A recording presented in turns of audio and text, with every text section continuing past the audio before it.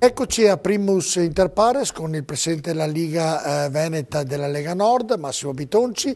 Vi ricordo che siamo in diretta anche sulla pagina Facebook, quindi potete fare delle domande, potete scrivere anche i vostri pensieri. Massimo Bitonci, stavamo parlando prima della pubblicità appunto di chi governerà e c'è questo, c'è un movimento insomma che dice che la Lega potrebbe, usiamo un condizionale molto forte, unire questi due porti. Se non accadesse, cosa succederà per l'Italia e per chi andrà a votare? Beh, ma a questo punto cosa succede? Succede che il capo dello Stato, tecnicamente il capo dello Stato, dà un incarico esplorativo, di solito no, dà un incarico esplorativo certo. A una terza figura, magari di carattere istituzionale, vede questa figura istituzionale, sentendo tutti i leader e ovviamente i capigruppo, ecco, io ho partecipato anche in passato a questo tipo di attività che è certo. L'attività costituzionale, ecco. C'è la ricerca di una, diciamo così, maggioranza e dopodiché l'incarico esplorativo può diventare un incarico, diciamo così, definitivo e si pone poi la fiducia delle due Camere, perché non è... Quindi potrebbe essere che il prossimo governo, la metto così, può governare l'Italia uno che non ha vinto la maggioranza? Potrebbe anche essere. E quindi andiamo avanti che poi l'opposizione dirà ecco c'è il governo di nuovo. Questo bisogna che la gente che ci segue faccia una decisione, cioè faccia una scelta molto così concreta. Ma perché l'Italia è così divisa, Massimo Bitonci? Ma io non do mai la colpa al sistema elettorale, perché io in tutti questi anni ho visto più sistemi elettorali che però dopo alla fine la soluzione finale è sempre quella, no? Cioè, anche i sistemi diversi hanno creato stabilità, insomma, ecco, quindi non è detto, certo che questo qua è particolarmente un sistema particolarmente non adatto al sistema italiano perché non essendoci il premio di maggioranza dà la possibilità a tutti, anche i partitini e così, di presentarsi e quindi di rendere ancora più stabile. Ecco, ma perché l'Italia è così divisa? In tanti partitini, quello più importante, quello meno, quelli che conta purtroppo hanno pochi numeri. Per quale motivo noi italiani siamo così? Qualcuno la vede come una ricchezza, dopo negli Stati Uniti d'America ce ne sono due, in Inghilterra ce ne sono due lo stesso, e all'interno di questi grandi contenitori, no? Si raggruppano tutte quante le formazioni. Da noi è difficile, abbiamo visto la spaccatura che c'è stata col PD, cioè anche all'interno del PD c'è stata una frattura molto pesante, come si chiama MDP adesso, sì, l'altra formazione anche con un nome anche simile, articolo 1, quello che è. Quindi capisco che da noi c'è questo problema delle spaccature e non si riesce a conglobare in due aree ben precise e alternative, perché il sistema potrebbe essere come quello americano o come quello anglosassone. Una volta governano i laburisti, una volta e una volta i conservatori, non lo so, cioè nel senso che... Sì, no, ma è tutto giù, ma perché in Italia è così? Ha fatto un esempio giusto, all'interno del PD si fanno le primarie, però poi chi perde crea un altro movimento, all'interno della Lega c'è il movimento Anche perché l'alternanza in realtà, soprattutto a livello governativo centrale, è una ricchezza, no? Cioè l'alternanza è una ricchezza. Quella è una bella cosa, però ma perché all'interno dei partiti, le termino la domanda, in tutti i partiti, da Berlusconi si sono divisi in 1000 frazioni, alla Lega, al PD, per quale motivo qui in Italia all'interno quando qualcuno non ha il potere litiga all'interno? L'analisi che faccio, ma che non è solamente italiana ma è anche mondiale, è che i partiti e i movimenti hanno sempre meno valore mentre emergono sempre di più le personalità, cioè Trump, esempio classico, Trump negli Stati Uniti, la Merkel in Germania, cioè c'è forse un cambiamento ormai da qualche anno molto importante, che diventa fondamentale la figura del leader, il leaderismo, no? più che Ed è positivo, del questo movimento. secondo lei è positivo o è meglio il gruppo del singolo? Se c'è una coscienza collettiva che va verso questo tipo, vuol dire che c'è bisogno, cioè nel senso che la gente riscontra che il lavoro fatto dai movimenti e partiti politici di tipo tradizionale non ha portato degli effetti positivi, per cui vanno alla ricerca del risolutore. Perfetto. Ecco. Però che è sempre un po' pericoloso, però, assolutamente perché, insomma, sì. La storia dell'umanità insegna. Prendo 5 minuti e giochiamo un po', giochiamo io e lei. Dietro i meandri, Premetto che non sono un giocatore. Adesso capirà dove voglio giocare. Nei meandri della politica si mai dice giocato una volta. Dopo la domanda sa la risposta. Né alla roulette né alle cose. Però questo gioco, anzi, odio quel tipo. No, questo gioco le piacerà. Nei meandri della politica, dietro le quinte, dove vuole, si dice: se va al governo il centrodestra, Zaia sarà il prossimo ministro della salute. Si dice questo. E Bitonci potrebbe essere candidato al presidente della regione. È un gioco che ho sparato tanto per sparare o ci potrebbe essere questa possibilità? Ma tutti i ragionamenti possono essere fatti in televisione. Tanto come mi sta rispondendo, le è piaciuto questo gioco? Questo gioco le è alle piaciuto? 21 eccetera eccetera. Ecco, però adesso siamo seri. Cioè, Zaia è un governatore amato che sta lavorando. Però è molto amato che da Berlusconi. Sì, sta lavorando molto bene. C'è un passaggio, direi, importante, incredibile, come ho detto prima, che è quello del referendum per l'autonomia, un'occasione unica. Mi spiace che insomma, qualcuno tenta un po' di demonizzarlo dicendo che non serve a nulla, ma lo scoprirete venendo ai nostri incontri o ascoltando anche quello che dirò stasera. Ecco. Salvini sta facendo un grande lavoro a livello nazionale, quindi io sono convinto che il premier nostro sarà Matteo Salvini. Tutti porteranno acqua al ovviamente mulino di Salvini e della Lega Nord. Lo farò io e lo faranno tutti quanti. Ecco. Sul futuro, il futuro è incerto. Ho giocato. Il futuro è incerto perché è logico che se la Lega Nord avesse un ottimo risultato superiore a quello magari di Forza Italia e ci fosse la possibilità di fare un governo di centrodestra, a questo punto la leadership spetterebbe a Salvini, che farebbe il premier e assieme al resto del centrodestra dovessero scegliere ministri e cose così, è logico che cercherebbero di prendere gli uomini migliori. Ecco, e quindi tra gli uomini migliori ci sono tanti uomini migliori. L'ho fatto un gioco perché dovrebbe essere contento del gioco che ho fatto. Sì, per quanto riguarda il sottoscritto, io continuo a ripetere che io sono ovviamente sempre a disposizione, stiamo facendo un grande lavoro nel territorio, ripeto, per il referendum e anche insomma, per contrastare anche l'azione politica anche a livello locale, anche a Padova. E quindi io continuerò a fare quello che mi viene chiesto. Io ho il mio lavoro.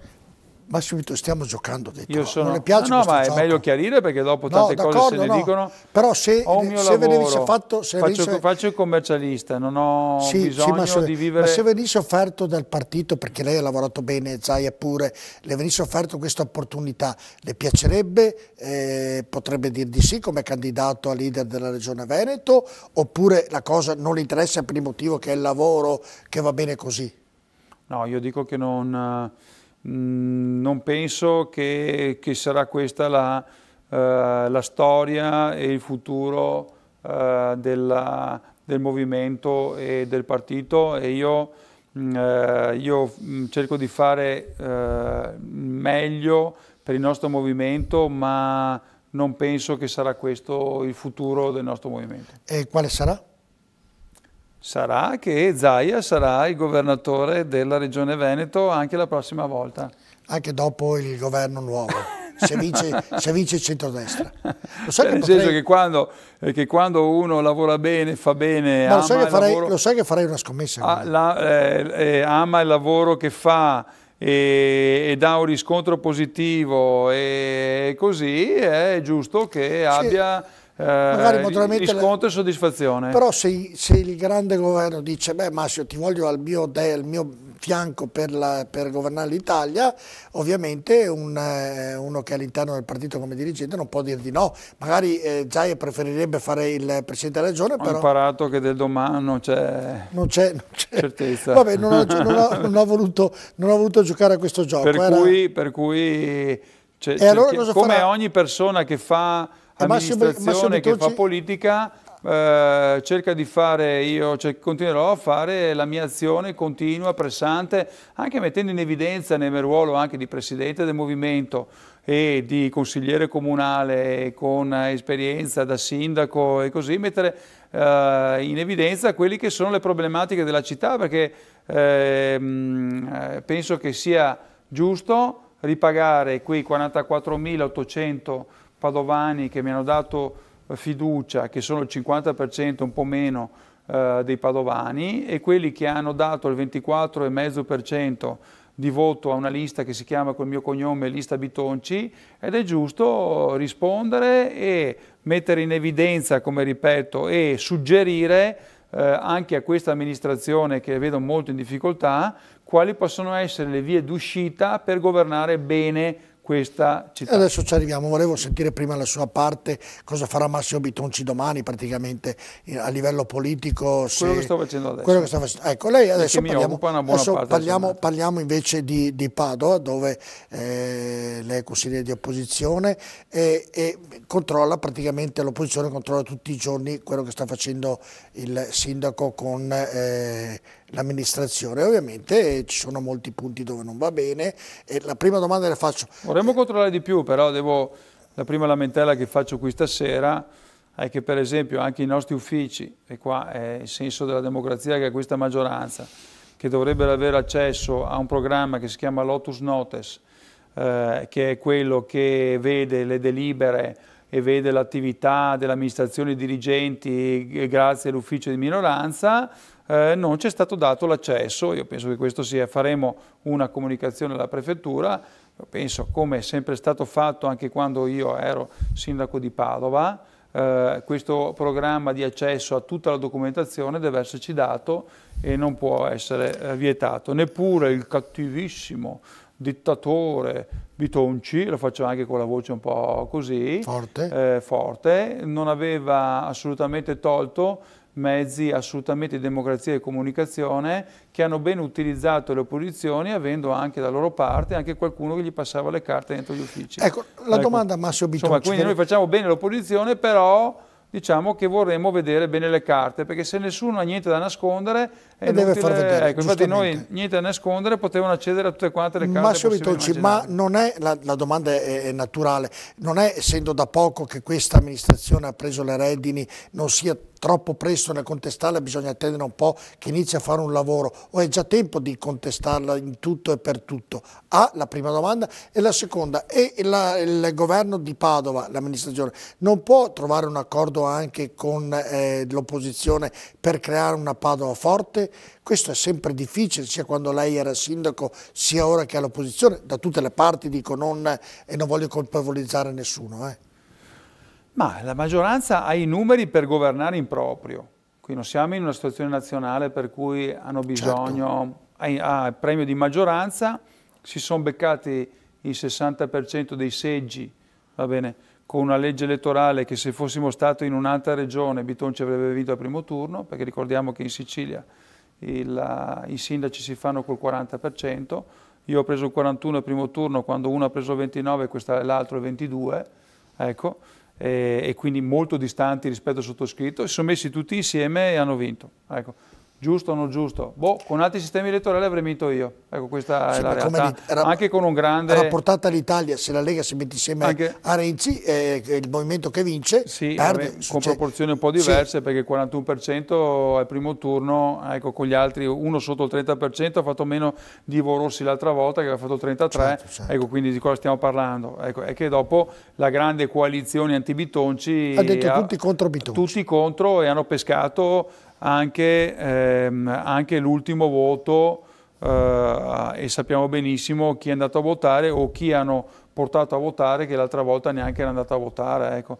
però ci sono dei canali di controllo delle famiglie padovane, ecco, lo dico famiglie con la F maiuscola come si usa in Sicilia, ecco, delle famiglie padovane che hanno insomma spostato dei voti anche in ambiti che non dovrebbero interessarsi direttamente della politica padovana, perché dovrebbero fare altre cose, va bene? E qui chiudo il ragionamento, non faccio esempi, chi ha orecchie per intendere intende bene quello che dico, perché ci sono state delle questioni legate ad interessi di parte, non sempre economici, ecco, anche di parte, tanti economici, diciamo anche di parte, che hanno dato una mano importantissima e fondamentale rispetto al 2014 e l'hanno fatto volutamente, l'hanno fatto da posti, ecco, diciamo così, se non diamo indicazioni maggiori, ecco, da posti che dovrebbero invece, dovrebbero invece pensare a altro, e va bene? E lo fanno anche a persone che comunque riguardo questo mondo hanno sempre avuto un rispetto e un'attenzione molto diversa e particolare rispetto a chi invece ha altri ideali e magari anche in passato, ecco, e qui chiudo il ragionamento, però insomma penso che... Ma perché secondo lei è successo questo? Visto che non era un problema economico? È stata una scelta di campo che non dovrebbe esserci, e qui chiudiamo il ragionamento. Torno sul discorso di prima. Però non può chiudere, io devo fare le domande per forza di cose, e Massimo Bitonci dopo quello che stai dicendo, la domanda che le faccio è perché? Perché Massimo Bitonci con questi si è comportato male? Perché Massimo assolutamente. Bitonci... Ma allora qual è il motivo? È stata una scelta di campo. Sì, ho capito di campo, ma per quale motivo uno deve andare contro Bitonci? Ma devo mica spiegarlo a chi ci sta ascoltando, che sa benissimo perché c'è un potere, c'è il rispetto di un certo potere, di un certo tipo, ecco, che ha voluto dare un'indicazione per mantenere il proprio potere su alcuni ambiti della città. Benissimo così, hanno fatto la loro scelta, hanno quello che c'è adesso a Padova, cioè un'amministrazione. Prima lei mi ha fatto la domanda, dicendo ma è giusto fare opposizione così subito dopo 3 mesi? Intanto c'è stato agosto in mezzo, quindi sono 2 mesi, perché insomma leviamo agosto, perché agosto, per carità del Signore, abbiamo fatto opposizione, ma la gente ovviamente pensa anche agli affari propri ogni tanto.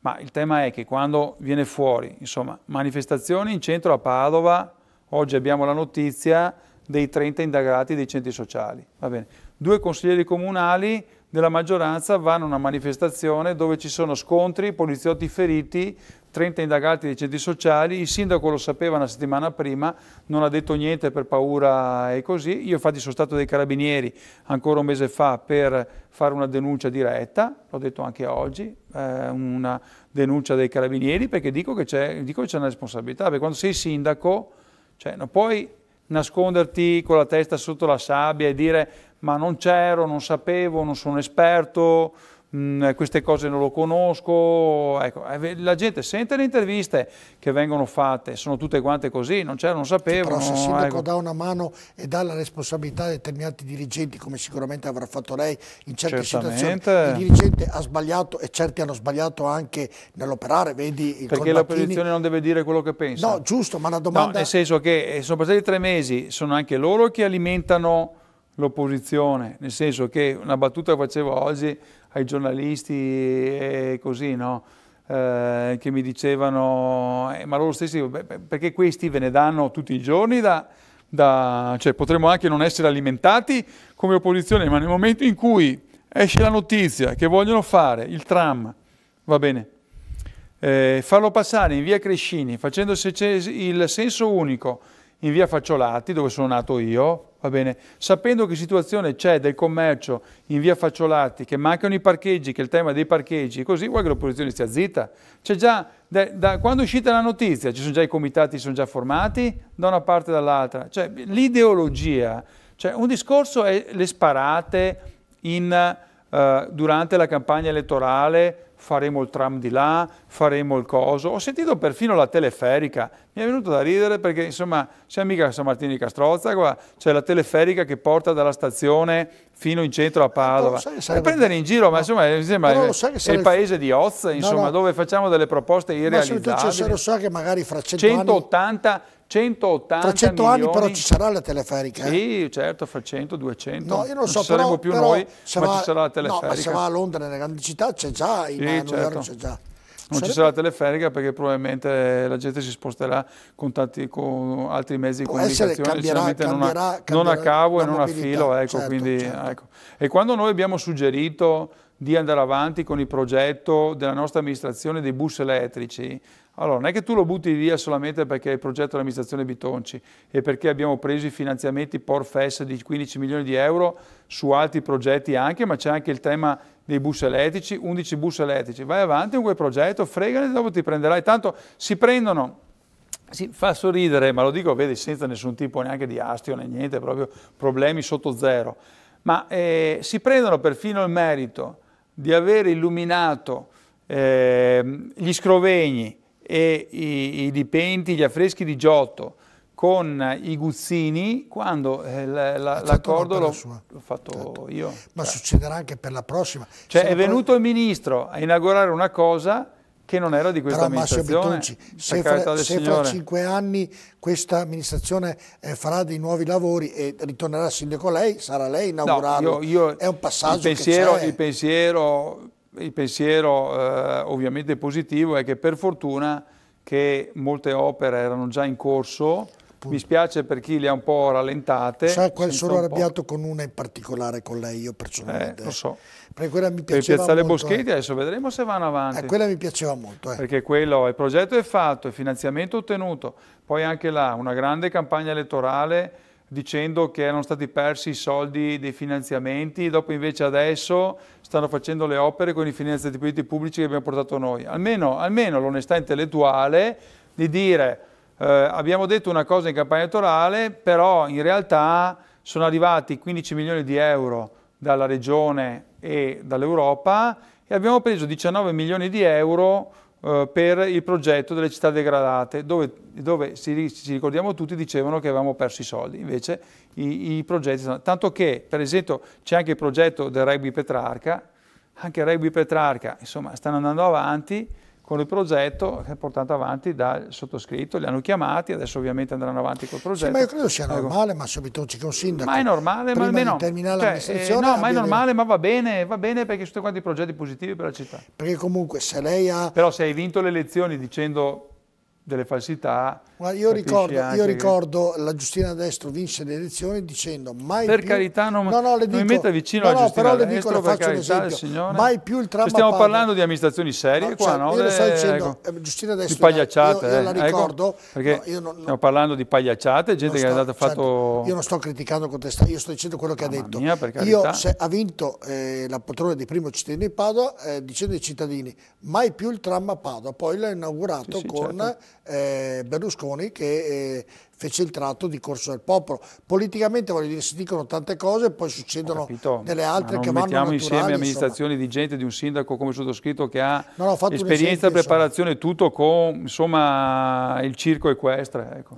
No, vabbè, questo sì, è un po' forte, però ogni modo, al di là di tutto, io sto dicendo che i meriti, per farle capire, che i meriti o demeriti del sindaco che succede un altro, se li prende quello che va in carica. È ovvio che determinate opere le ha create Bitonci, è obbligo magari che se questa amministrazione le farà, io dico solo, dopo 3 mesi, 2 mesi come diceva lei, che sei al potere di Padova, è difficile avere già una linea chiara. Sì, ma non si può dire, perché anche magari qualcuno mi dice, ma ovviamente di loro, no? Perché dei nostri figurici, dei loro dicono, ma dopo 3 mesi tutte queste critiche, però sono anche loro che ti danno da criticare, perché se esci su una questione del tram così, che la gente ovviamente dopo, dove passeranno le rotaie del tram e quindi distruggendo la città, pensiamo solamente ai commercianti, che rivoluzione è per il commercio, ma anche l'idea di chiedere 180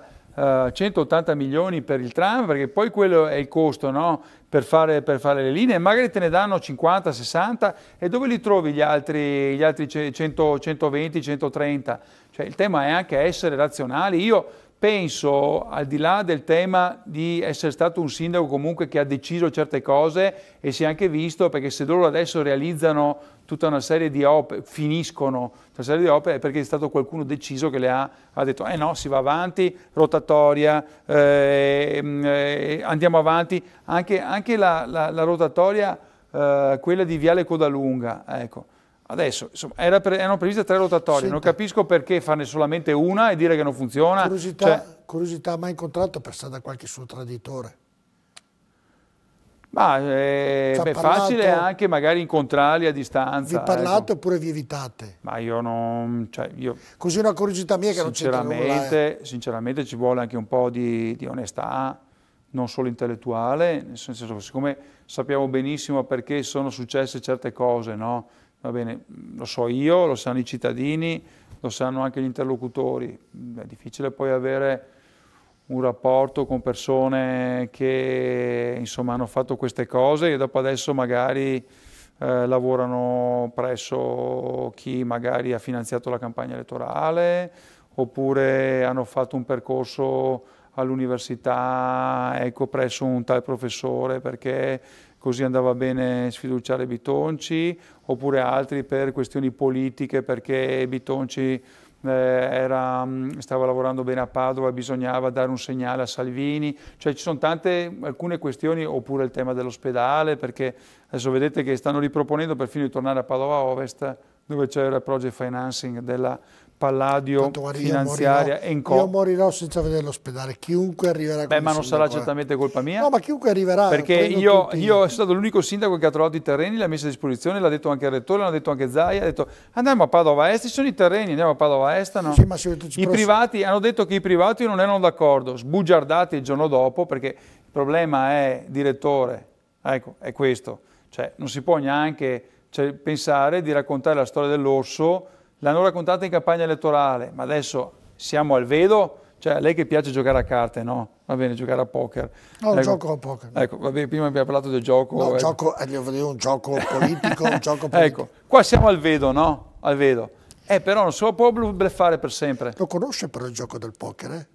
Non ci ho mai giocato in vita però mia. Però vedo, lo conosci, insomma.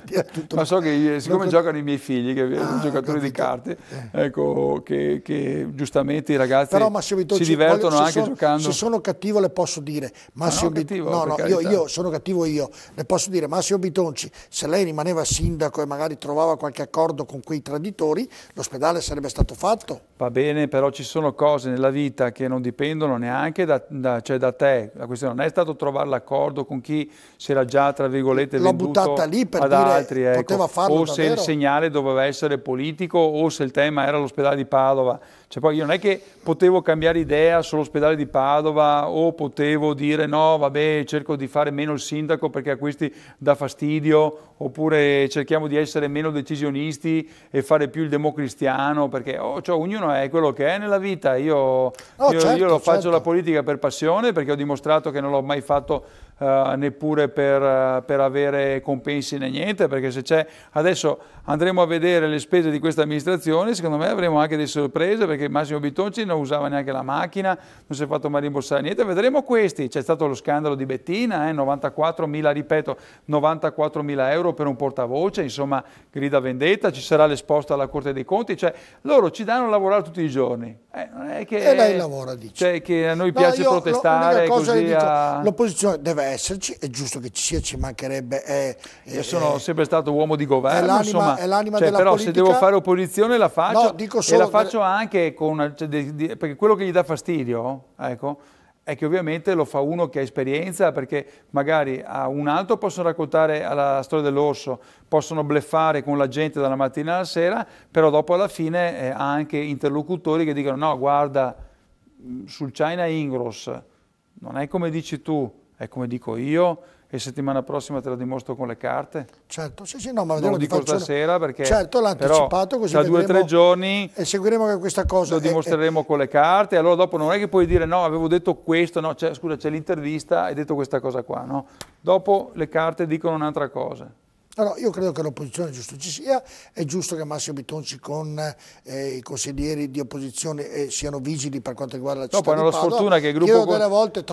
sfortuna che il gruppo consigliare è formato da elementi tutti bravi, perché cioè, se parlo per citare solamente i capigruppo e non fare, ecco, ma insomma, Matteo Cavaton e Eleonora Mosco, mi pare siamo noi 3 capigruppo, ma tutti gli altri, e potrei citare tutti gli 11 consiglieri, compresi noi, ecco, sono tutte quante persone che hanno esperienza e che fanno opposizione con la testa. Io capisco che non gli è capitato un gruppo di disperati, gli è capitato purtroppo per loro un gruppo di persone che sanno leggere le carte e che quando dicono qualcosa lo dicono in maniera sensata, documentata. Poteva andargli, vabbè, meglio, ma gli è capitato questo. No, ma io non discuto, dico delle volte... Tanto l'opposizione ce l'hanno anche all'interno, perché il tema è... Lo sai che penso sia quella la più difficile. Cioè, il problema è che non è tanto Massimo Bitonci e gli altri, che comunque noi contiamo per 11 più Borile 12, ecco, che probabilmente adesso compenseranno con la presidenza di una commissione.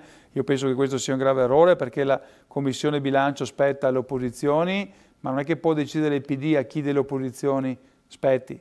All'interno della maggioranza, dell'opposizione, si decide se va a noi o ai 5 Stelle. Non è che possono votare il candidato dei 5 Stelle per avere la presidenza della commissione bilancio, che è la commissione di controllo, quindi facendo un dispetto a Massimo Bitonci, tanto vabbè, dispetto da poco, ma anche accettare, cioè un puro come Borile, no? Grillino, che non sono io. È un puro come Borile, Grillino, non dovrebbe farsi votare dal PD per la commissione, la purezza cade, no? Certo. Va bene, andiamo in quante cose, ci vorrebbero ore con Massimo Bitonci per parlare di Padova, della politica, del governo, di tante altre cose. Pensate, dopo la pubblicità abbiamo un'ultima parte molto ampia per quanto riguarda il referendum, rimanete con noi a tra poco.